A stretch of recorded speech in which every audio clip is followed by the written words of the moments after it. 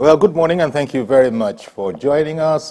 Thank God it's Friday. I remember to say that from time to time. Don't always remember because I would like to say, why wouldn't we say thank God it's Monday, thank God it's Wednesday. But my guest this morning, very quickly, is Mr. Akin Oyebode.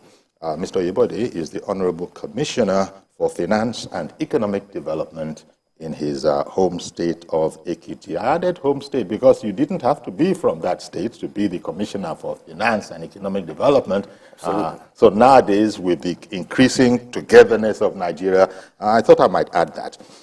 But thank you very much for, first of all, making our program, and then it's not a beans journey coming down from Ekiti to Lagos. It's not as far as you think. But then again, it isn't. A lot of people have dual homes.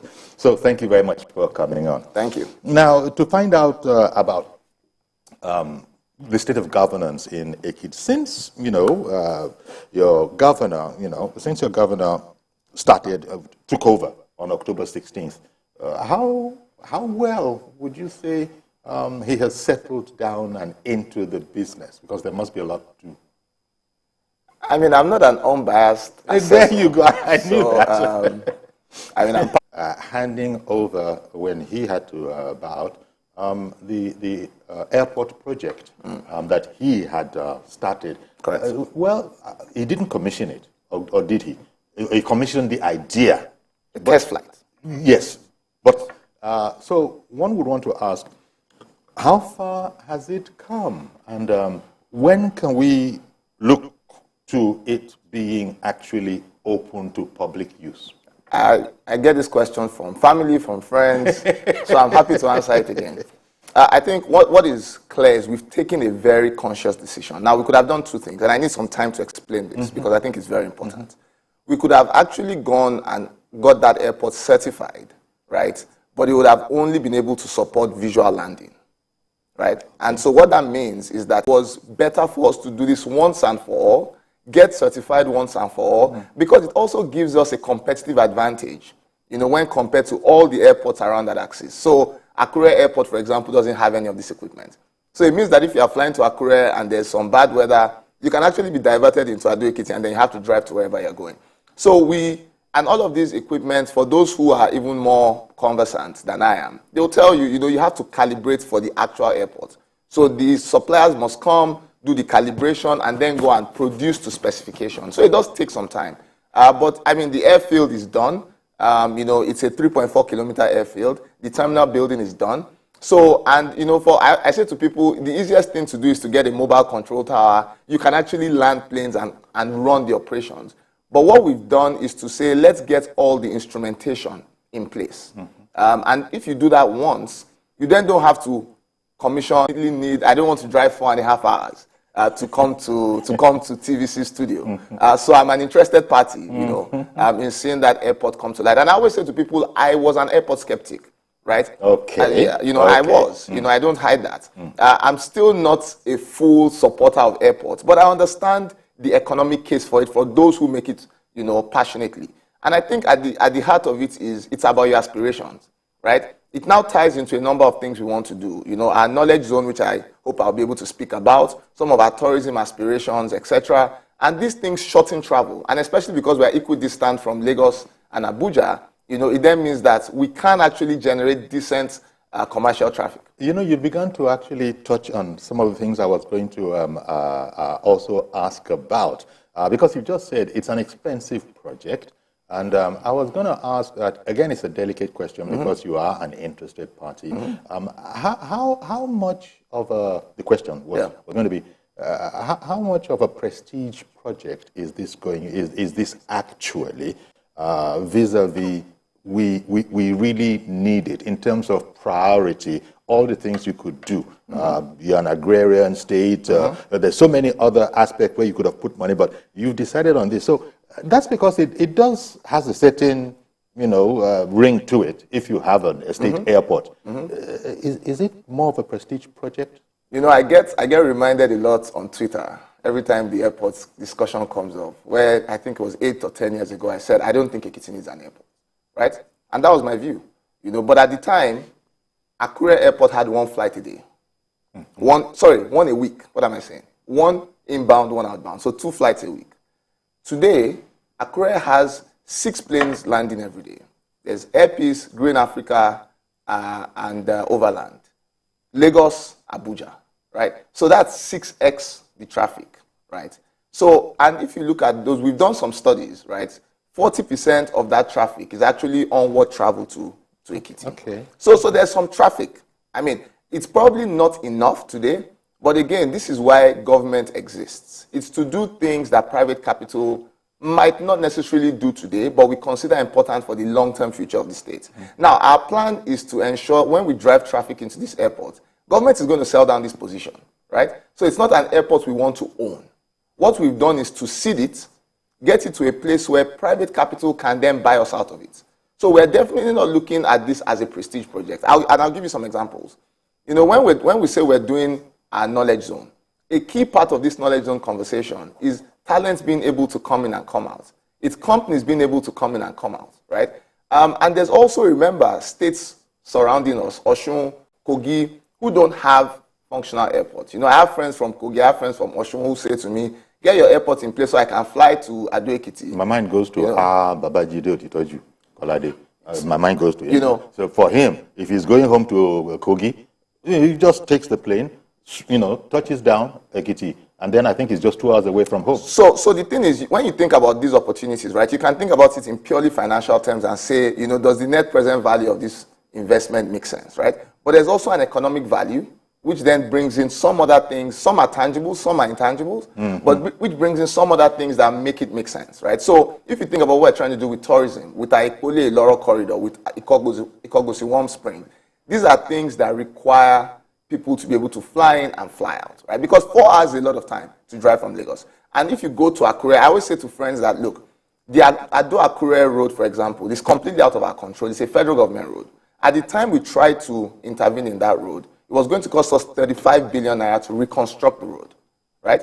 I mean, that's a very expensive project. Now, the airport, for example, is actually costing us, believe it or not. Airport for cargo, you know, moving. Absolutely. I mean, my former boss likes to say this is an agro cargo airport. I don't have a PhD, so I don't know all these things in that level of detail. But I'd like to say, like, look, the airports will transport passengers and cargo. So cargo is a very critical part. In fact, I personally don't like to call it a cargo airport because I've noticed that people then start to ask, but will passengers travel through it? Because the connotation of a cargo airport is it's only for cargo. Now, we've gotten the cargo terminal donated by the federal government.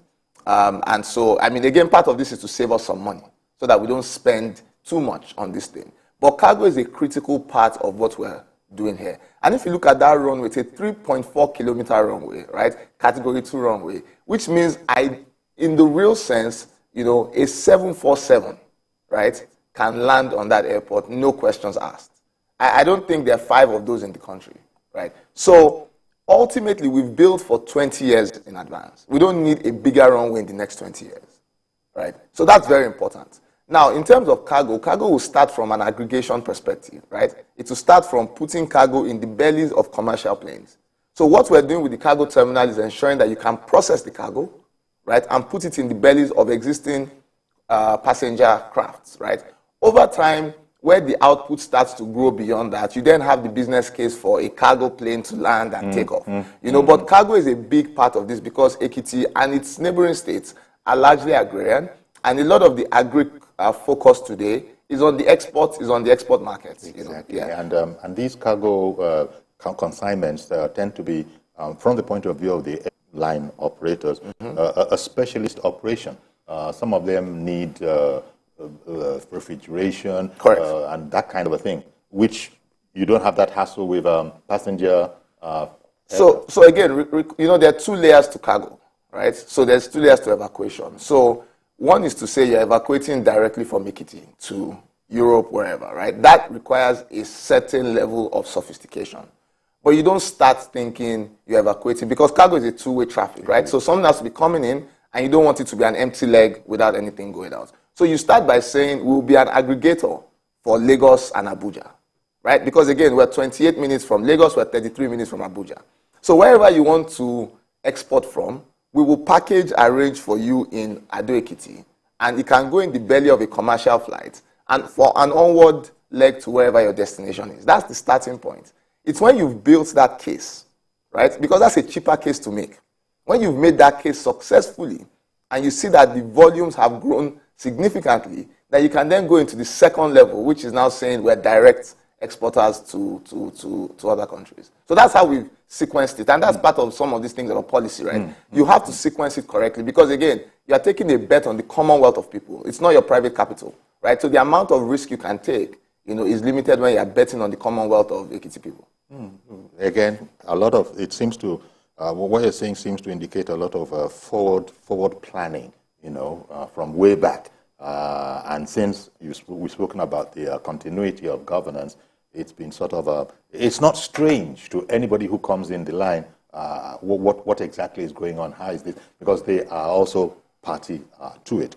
So, well, thank you very much for that. We're talking about Ekiti State, and I guess there are other states, of course, that have made, a lot of justifiable noise about, by that I mean, proud and justifiably so for their having achieved that. And here is Ekiti, but you still didn't want to commit yourself yet to even including the margins, an estimated time of completion and delivery and buying a ticket. I mean, the play is to ensure that people can do this at Christmas. Oh, right? Okay. Oh, okay.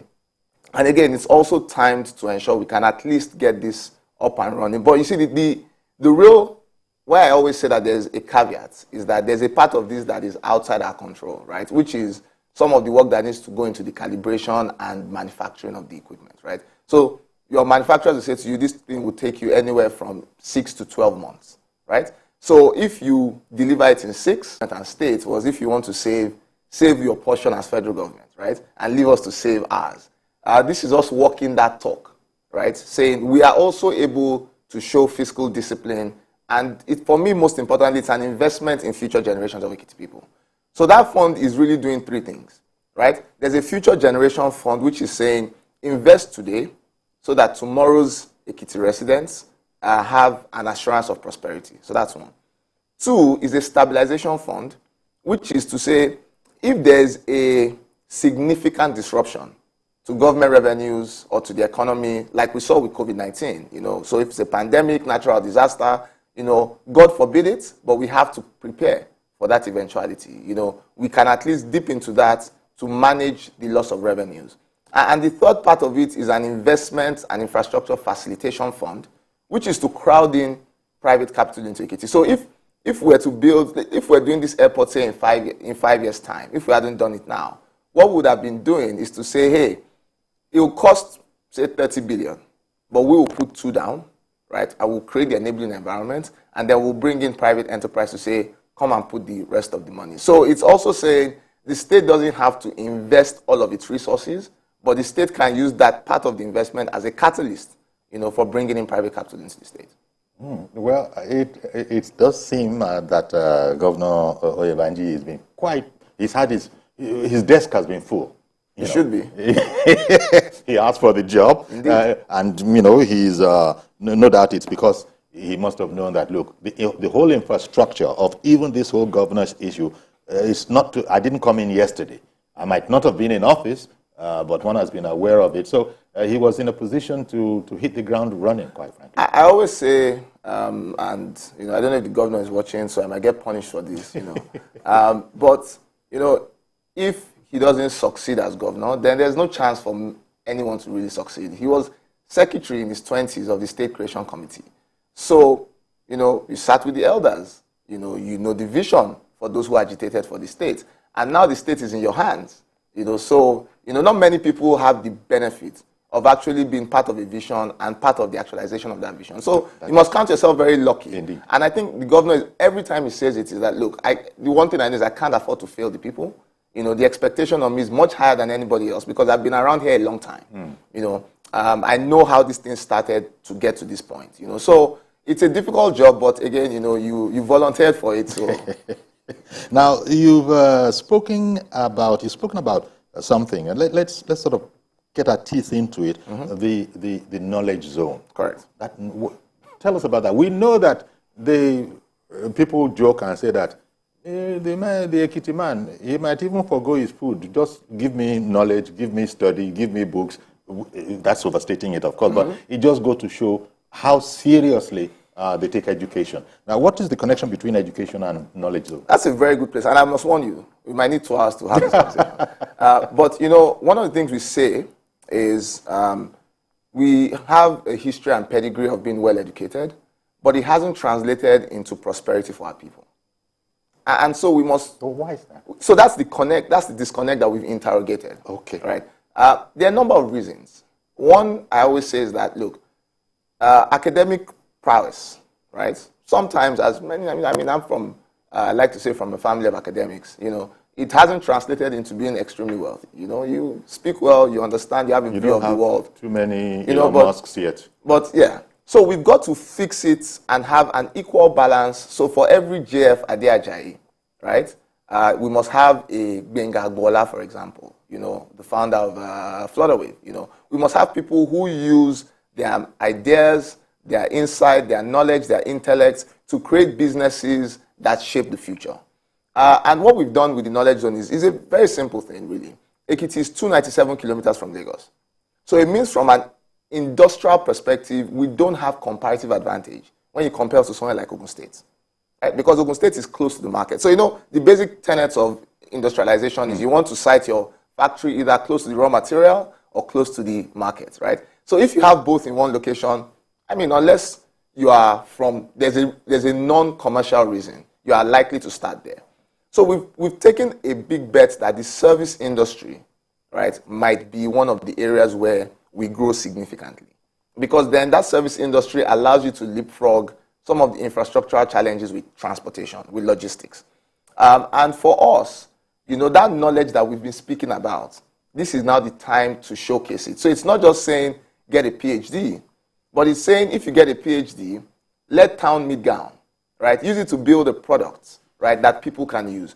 10 years ago, if you wanted to get a payment gateway for your business, you have to call, I won't mention the company's name, you have to call this company and you pay $250,000 naira, 250,000 naira, right? Then they'll come and integrate. You needed to have a developer on site.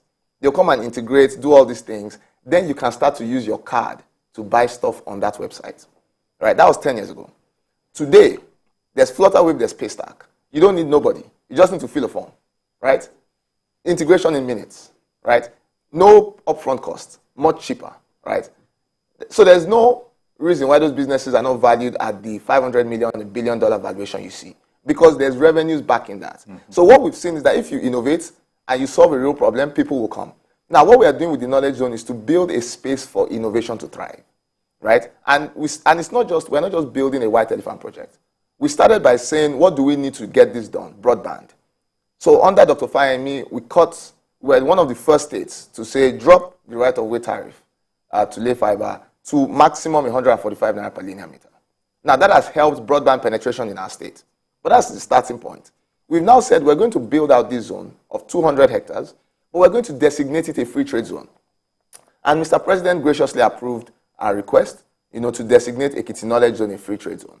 What that does is that it creates fiscal incentives for the service industry to situate themselves in Ekiti. And it's the first fully service-focused free trade zone in the country. All the FTZs you see are either ports or focused on logistics or focused on aviation, or focused on manufacturing. We are actually focused on technology businesses. And right? You spoke about broadband penetration. For the moment, I suppose we have to crawl before we walk. Mm-hmm. It's not commonly available to just about everybody, as we hear it is in the West, where people are just able to, as of course, with their 5G equipment, connect. But so it's not like that in Ekiti yet. No, but you see, if you think about where it's a journey, right? Mm-hmm. So I always say, when I first moved back to Ekiti, and I went to my hometown in Ikole, there was a particular gas station where you could use your phone to send a WhatsApp message. Okay. I kid you not. This was a message, not a WhatsApp call, a message, right? Now we're 4 years down the line, I get called on WhatsApp from everybody in the community, right? So internet penetration has definitely deepened. right? And, you know, last mile broadband is expensive. Okay. But let's start with even saying let people have access to the internet first, then let's improve the quality of internet access, then let's bring down the costs, right? So it's a sequence. Our goal, in line with the national broadband policy, is to ensure that we get penetration within 5 kilometers of every home. Now, going back for a moment briefly to that, the whole knowledge base, knowledge zone thing, Yes. And also the bill on wealth fund and all of you have so many notable Nigerians in Ekiti State, and Chief Afe Babalola comes to mind. He's very much into knowledge. He has this university. There are other universities, private universities. So all of this, I can just, as we're speaking, see how it is going to key into all of the things you even said before then. Will you let me interrupt you? Yes, please. So one of the big reasons here, where we've put the zone, right, is in what we call the education quadrangle, right? So, of course, Chief Afe Babalola, who is our icon and our leader, has invested, he's put his money where his mouth is. He's put in a world-class university, and I dare say the best private hospital in the country, in Ekiti. Right? People fly from all over the country to use the Afe Babalola multi-specialist hospital. If you want to do your annual medicals, you know, free advertisement, go there and do it. The reality is that we've said, look, there's Abuad, private, there's federal poly, federal government, federal university, Oye, federal government, Ekiti State University, and Bamdele Lumiloa University of Science and Technology, state-owned. These are 5 tertiary institutions, right, within that quadrangle. So the talent to work in that quadrangle is coming from those universities. It's essentially saying, when these guys finish their degree programs, this is where you hire them. And you know, the upside for us is, if you are hiring in Ekiti, where the quality of life is better than Lagos, as you know, I've lived in both, and the cost of living, right, is much lower, right? It becomes a compelling reason for people not to leave Ekiti. So the aim is to first say, let's keep our best people in Ekiti, and then let's now bring people from outside to complement the talent in Ekiti. Wow. You know, as you'll notice, the phones haven't been opened yet, so we're going to open the phone lines, because I did want the commissioner, Mr. Oyebanji, to sort of, you know, get it all, lay it all out, so that if you're not from Ekiti, where you might just be a mini expert on all of the things he's talked about, maybe not, but at least you have a broad table, potpourri from which to choose from and to answer questions. Maybe this is my signal to go on break so we don't have too many more interruptions. When we come back, we'll continue this conversation, and you can then call in. Stay with us, please.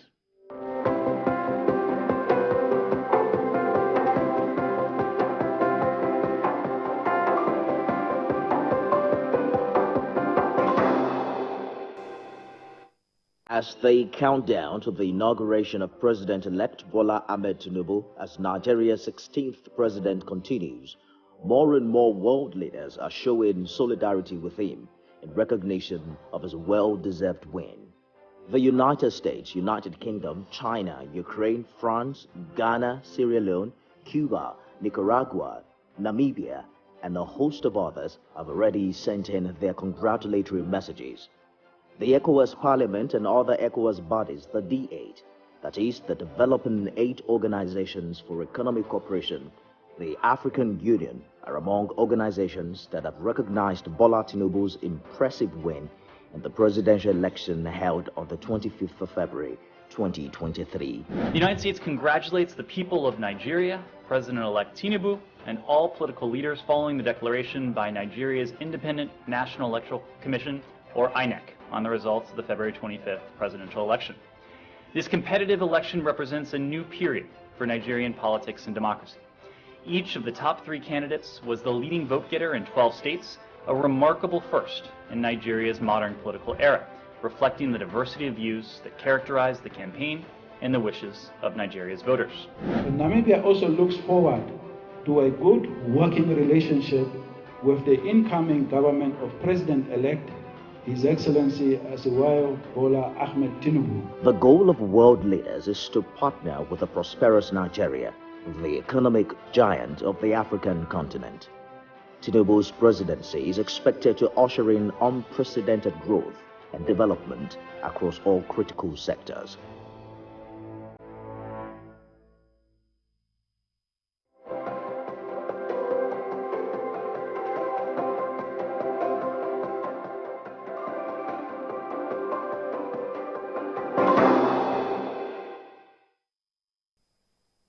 Indeed, welcome back, and thank you for being with us from the beginning. It's been quite exciting listening to goings on in Ekiti, where Governor Oyebanji, he holds charge, and just wanted to find out how he has sort of settled down and what it's all about. And our guest, as Mr. Akin Oyebode, he's a master salesman. He's got people thinking now that, what am I doing wherever I am? Ekiti is the place to be, especially for those of our nationals and Ekiti citizens in diaspora.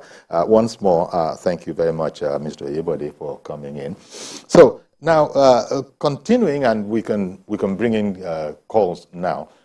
Agriculture, we spoke about that. So let's spend a bit of time on agriculture and developmental plans for it. Okay.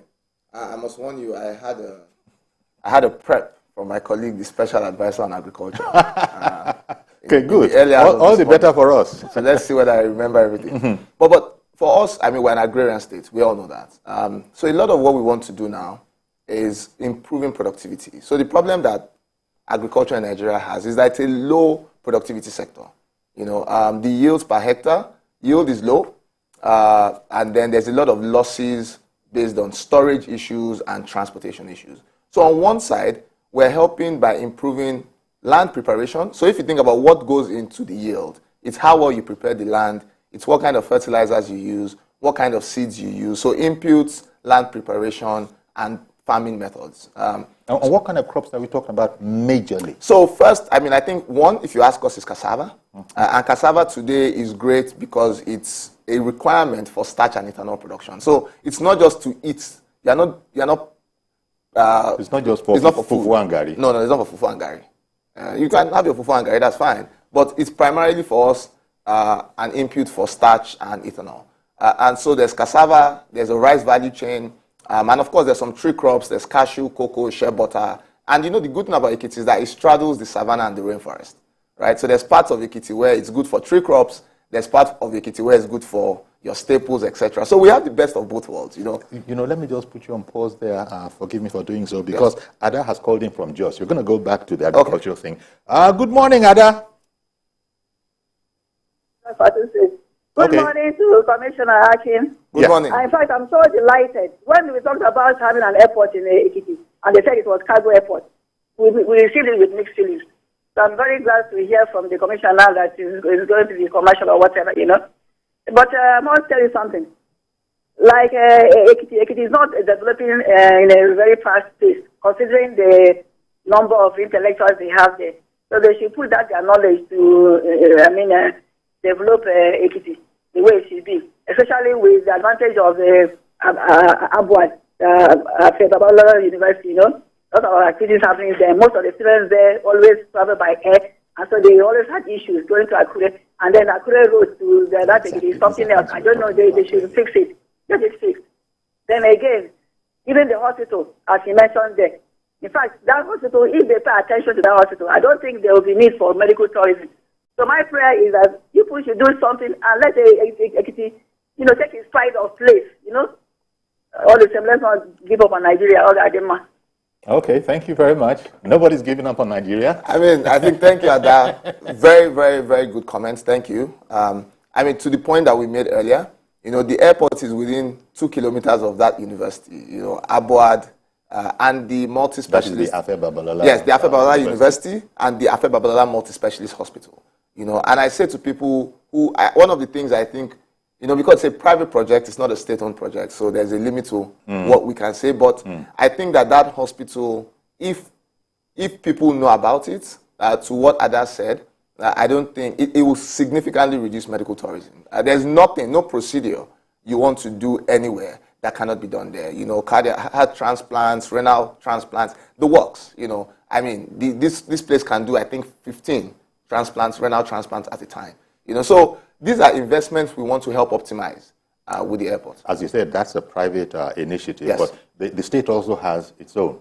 Oh, yes. So the thing is, again, for us as a state, our tertiary, our healthcare infrastructure is primarily to cater to many of those who can't afford, private care. So from a commercial perspective, it's not exactly, healthcare isn't designed, public healthcare isn't designed to be profitable. It's designed to provide a service. If you are lucky, you break even. To a degree, you subsidize it, to some extent. But what the general consensus here is this airport helps to optimize private investments, and even in agriculture. Okay. So a number of for example... Yes, we're going to go back to agriculture. Yes. But in the meantime, Mr. George has called in from Lagos. Fine morning to you, Mr. George. Well, I don't know. I don't know if we are connected. Mr. George, are you there? Good morning to you. Yes. Okay. I put you on a few seconds ago. Good morning. Go right ahead, please. Good morning, Uncle Yori. Can you hear me now? Yes, we can hear you. Okay. Good morning to your guest. Yes, Mr. Akin Oyebode. Yeah, I have a question for him. I like his presentation and enthusiasm. Is it true that Ekiti State, the governor has not formed a cabinet 7 months into his administration? Okay, so that was the call. Thank you very much. Thank you very much for calling in. So to sort of... Okay, to respond to that, I'm here as a Commissioner of Finance, as a member of Cabinet. There's an Attorney General. There's Cabinet there's no number as to how many people you have to set and how, the sequencing of that. So in many cases, there are commissioners who oversee multiple MDAs, okay. But I imagine that as our fiscal situation improves and as the need arises, the governor will fill out the cabinet. But so that's what gave rise to the question, the fact that relatively speaking, there are fewer number of commissioners in the cabinet. And many advisors who are also cabinet rank. Oh, who are also supervise rank. Yes, they are of cabinet rank. They supervise ministries. Okay. At last count, we're maybe about 15. So again, one of the things I laugh about when I hear this kind of question is that it's a good question to ask. So I'm not laughing at the question, but what I think about is we straddle two things, right? So we're looking at, people often complain about the cost of governance, right? Now, there are 15 cabinet members, I think, in Ekiti State, 15 or 16, right? But again, we have been asked, why hasn't he formed the cabinet? So until we're 40, the implication of that is we're saying until we're 40, it's not a fully formed cabinet, But again, if we're 40, there's also the conversation around, why do you have 40 people, running government? But I think for me, the cabinet has been formed, duly formed. And those with constitutional provisions are already, like the Attorney General, myself, are already carrying out those functions. And there were necessary special advisors of cabinet rank who oversee these ministries. Okay. So much is going on there. I hope Mr. George is, now it's been explained what's going on there. So part of it is to keep down costs. Just growing and not just having, this, because this is what my neighbor state has. Maybe that's the convention, that's what I should have. You say you're taking a different sort of approach to that. Okay. Somebody asked me to also put to you the question that, look, your governor has made some strategic moves and appointments like that of Senator Adetumbi and has paid visits to Segun Oni. Talk about that a bit, not to mention Babafemi Ojudu, amongst others. What has informed these, shall we call them strategic moves? I don't see any strategic moves, to be honest. All the people you've mentioned are eminent Ekiti, indigents.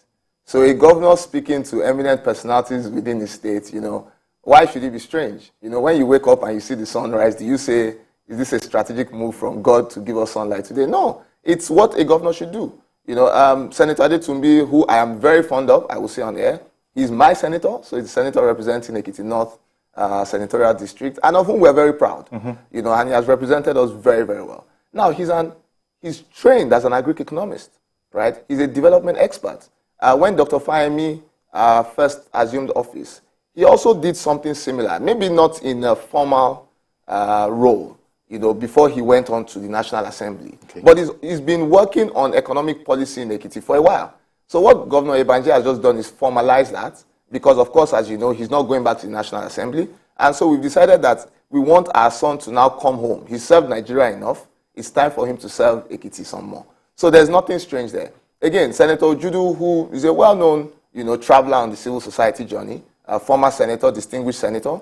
There's no reason why the governor has known Senator Judu Chief Shegu for decades. Remember I said to you, this is someone who was secretary of the State Creation Committee.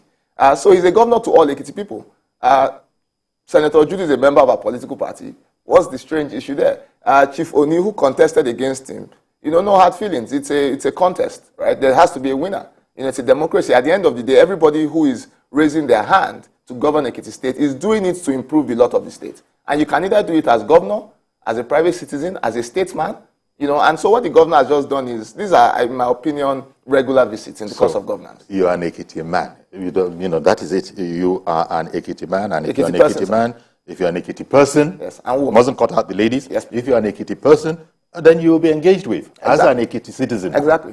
You'll see the governor with, for example, Senator Olujimi, right? When we had our first meeting with the Senate, with the members of the National Assembly from Ekiti State, Senator Olujimi was very present. She's a PDP senator, right? Indeed. So it doesn't mean it's all about Ekiti. Everybody's coming to contribute to Ekiti State. I think that puts perspective.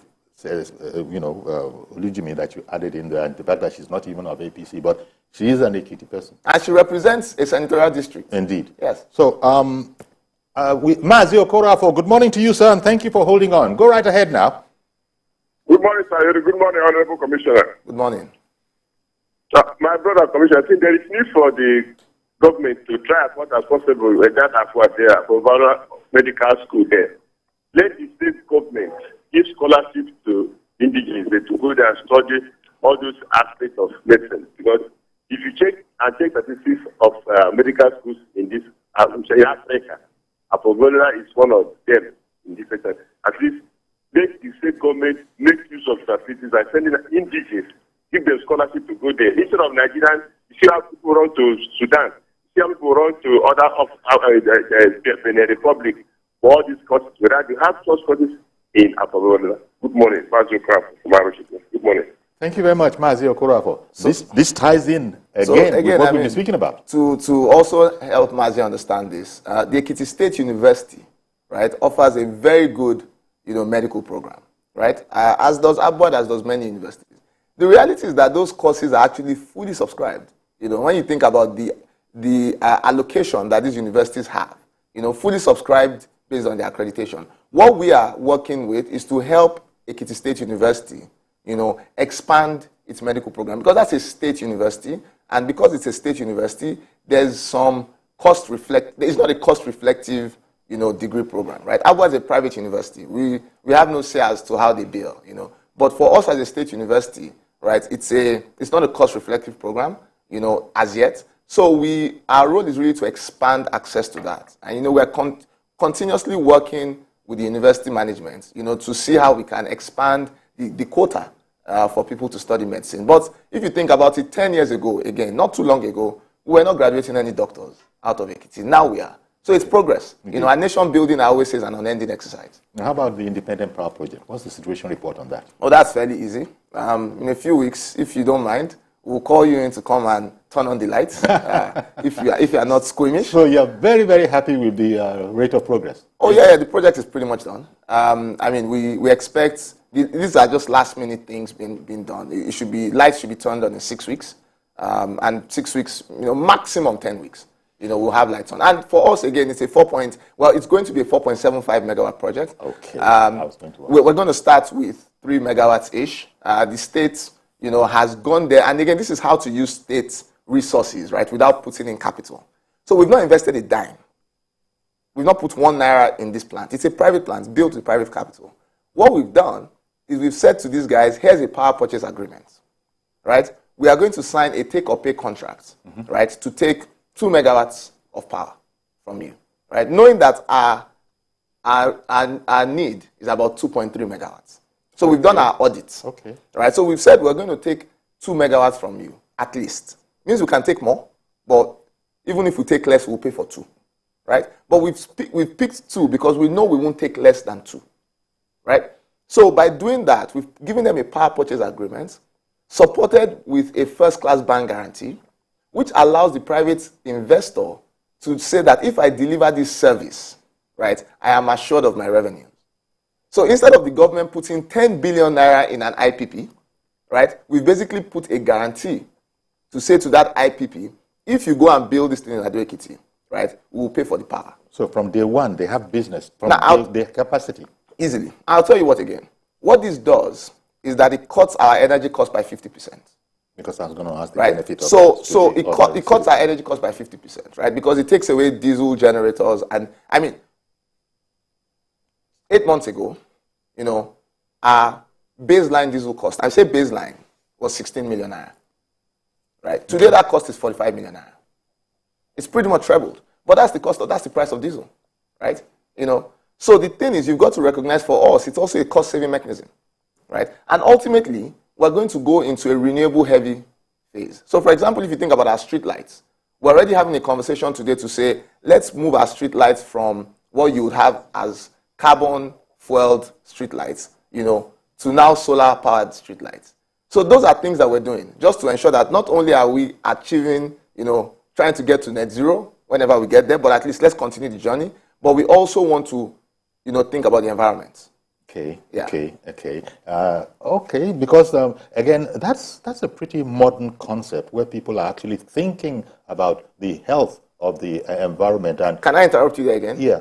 Our knowledge zone. We've designed that knowledge zone to be a 15-minute city. So it's a 15-minute city concept which is getting very popular in the Western Hemisphere now.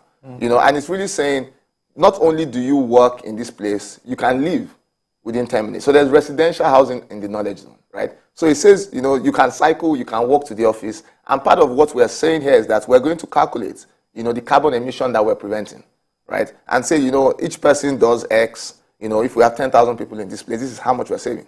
You know, and the quality of life is much better. So it's going to be as green as possible. Oh, absolutely. The circumstances. Absolutely. Thank you for holding on, Charles in Yori. Good morning to you. Go ahead, please. Good morning. Good morning, Charles. Please go ahead. Please, I'd like to talk about the Ekiti.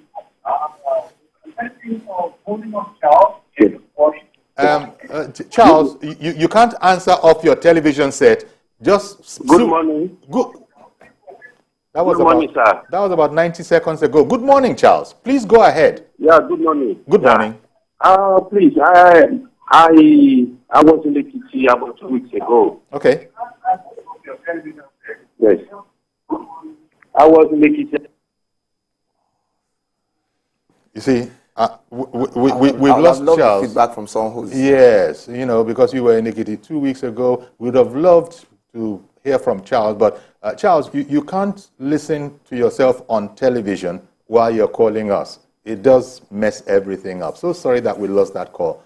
The commissioner actually, you know, it hurt him a bit because he said he would have loved to hear feedback from Ekiti. So if Charles does get in again, just go on with, you know, on your phone. And tell us the things you don't like. And maybe even there are some things that he likes, you know, but you want to hear the feedback from him. Now I think we have a little time left, and I sort of interrupted you when you're speaking about agriculture. Correct. You're talking about the savanna aspect and the rainforest. Yeah, the rainforest. So I was saying that our goal word is to improve productivity. So we're helping farmers to improve their inputs and with land preparation, you know, improving mechanization. Okay. And again, we're not buying tractors, right? So, you know, it's great to buy 100 tractors, commission, all of that. But what we're saying is we will tell the the equipment providers that this is 1,000 hectares, right? The farmers will pay you X amount. We will subsidize with Y, right? You know there's guaranteed income. Bring your tractors into Ekiti to clear, right? So again, it's a way of using government capital without necessarily, because we know we are punching above our weight. So things like that we're trying to do. You know, improve land preparation, that's one. Improve the inputs, that's two. With our extension workers, improve the farming methods, that's three. Over the next 2 or 3 seasons, we expect to see a significant growth in the yield. So that's one intervention. Secondly, is saying when you then grow, what happens, right? So we want to improve storage, right? There's a 100,000 metric ton, you know, silo in Ekiti. It's been commissioned by the federal government and concessioned, right? We want to also say, let's store in that silo. What can be stored? Grains. Grains primarily. But the crown jewel of all this is our special agro-industrial processing zone. Because what that does is it creates places where you can aggregate, where you can process, but also improving the farm roads. So we are on this World Bank RAMP program, which is a rural agricultural access to agricultural markets program. And what we're trying to do there is to, in the next 3 to 4 years, build up to 800 kilometers of roads to connect our farmlands. Because if you think about the biggest cost driver, it's always the cost of evacuation. And that's where you lose about 30 to 40% of your harvest. Maybe, thank you for mentioning roads, because I've got to talk about that. Yeah. You know, the state of roads. Tough one. It is a tough one. So give us the lowdown on that. I wish you had asked me this first, because that's a bit of a downer. Look, roads, I'll start with the obvious one. Roads cost money, especially in Ekiti, where it's very hilly, very rocky. And so you have to do a lot of blasting, you know, to build through those rocks. We've been intervening in the roads. Of course, I get feedback on roads every time. And I say to people, I apply those roads.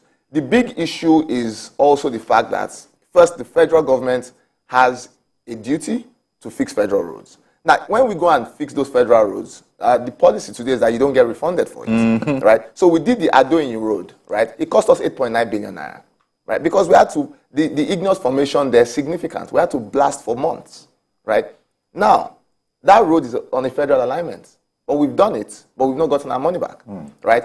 Omo-Isimbode is a federal road. We've not gotten our money back. Now, the downside is that when the federal road fails, all the heavy-duty traffic then goes on the state road. And the state road isn't built for trunk A traffic. Yeah. So then the state road fails, then we have to spend money on the state road. So I'll give you an example. Ado-Akure Road, right? I say it openly. We went to the AFDB and closed the financing for this road, right? We did the feasibility study as a state. We did the design. We did the A&S studies. And then we handed it over to the federal government, right? And when it comes back to payment...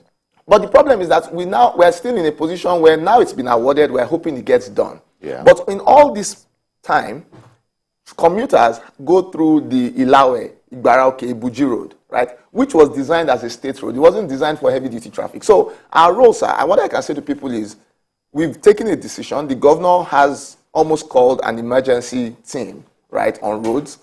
You'll see our intervention in about 5 or 6 major roads. We're doing some roads in the capital. We're doing a lot of work in Ado-Ekiti. Of course, that's our jewel. We're doing a lot of roads connecting communities. So when we did the Kogosi Aramoko Regional Road, it was to open up Ikogosi Warm Spring and Arita Waterfalls. When we did the Ire Road, it was to open access to our Ire Clay Brick Limited.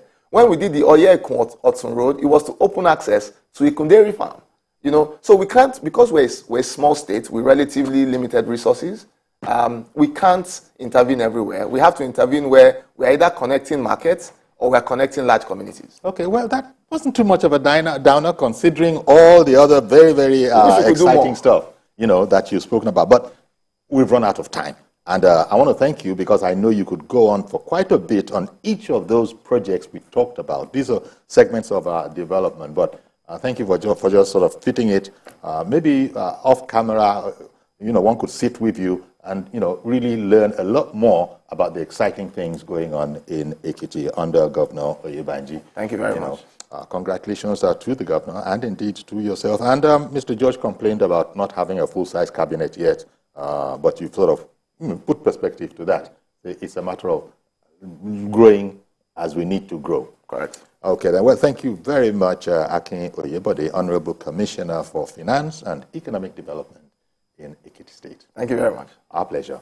Okay, so that's our program today. Join us on Monday for a fresh edition. As you know, we don't do Saturdays. I am Yori Folarin. Do have a great weekend. Bye-bye for now.